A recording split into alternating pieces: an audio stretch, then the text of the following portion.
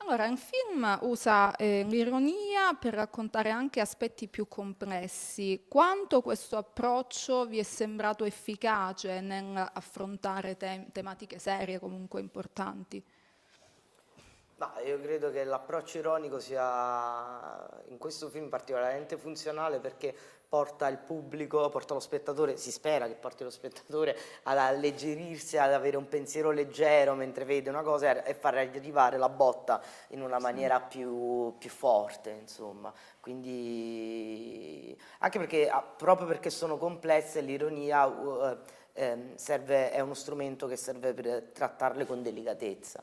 E poi è tipico, diciamo, dei compagni di classe quando si Sì. vedono fare, buttarla su quella strada lì. Poi dopo, piano piano, che si sciolgono le cose, vengono fuori i nodi, vengono fuori le sofferenze, i problemi, le ferite di ognuno, no? E quindi quando lei hai raccontato una persona e l'hai fatta amare al pubblico, dopo accetti in un altro modo anche tutte le sue imperfezioni, tutti i suoi problemi.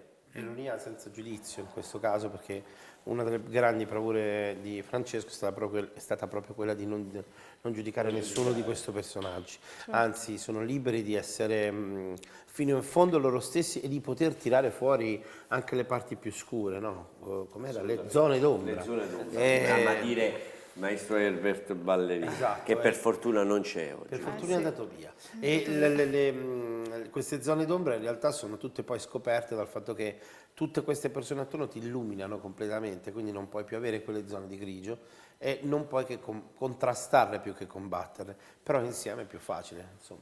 Certo. E invece qual è il sogno che voi avete lasciato indietro, che vedendo questo film è tornato a farsi sentire? Penso che ci sarà. Facendo questo film. Io ce l'ho, è sempre quello. Lui c'ha un sogno da Dai, quando era dillo. bambino. Cioè? Io voglio vincere Davide Donatello.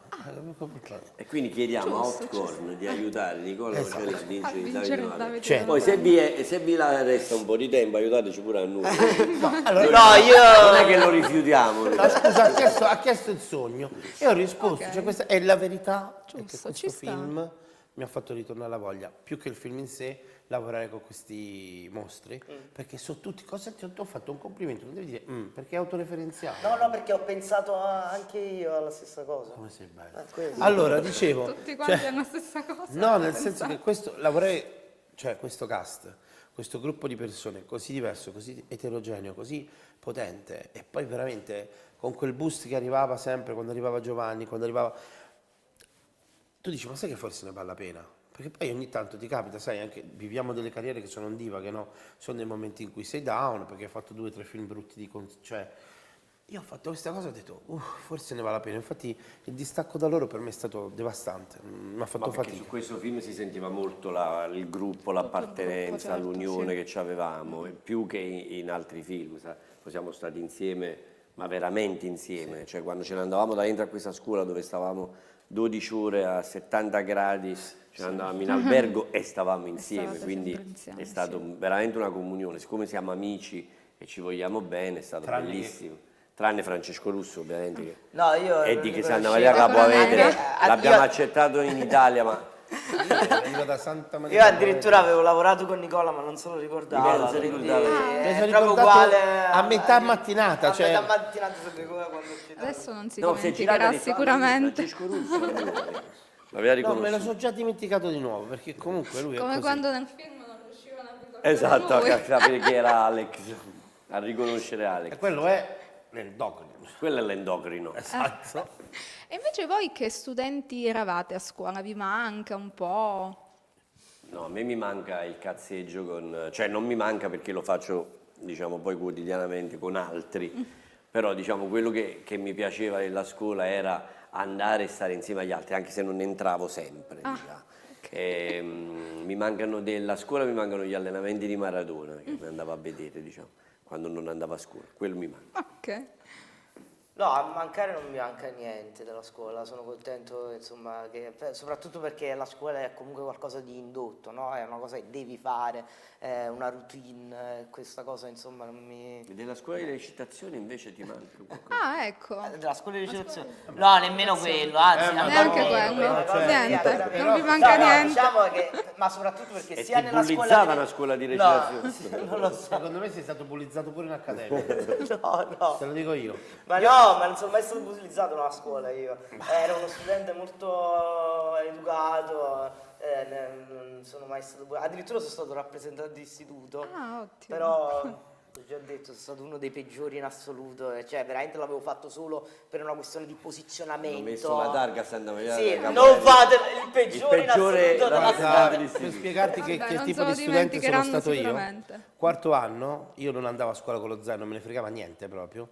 Viene fuori che mi serviva lo zaino, chiamo mia mamma, dico ma per favore portami lo zaino. Mamma arriva, entra e c'era il bidello al Guardiola.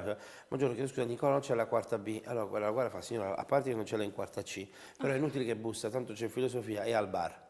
Mamma arrivò e mi trovò al bar a farmi, cioè proprio il secondo cappuccino della mattinata, mi disse, ma così vai a cioè così è normale per te?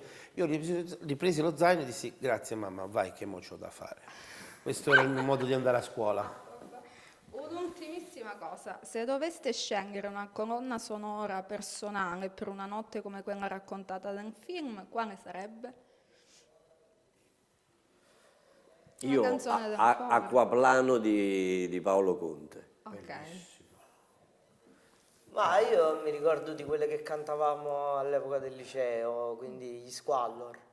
Un po' tutto l'album di Squallor, da Cornutone. Cornutone perché sta La via. mia vai, bellissimo. Non piangere per A sta me a che non ci pensare. Esatto. Io probabilmente entrerei nel trash più puro, cioè proprio andrei proprio nel trash, mi porterei Wanna Be delle Spice Girl. Ah, benissimo. Beh, se devi essere trash devi arrivare fino in fondo, Perfetto, ci devi concludiamo credere. così. Grazie. Grazie. Grazie.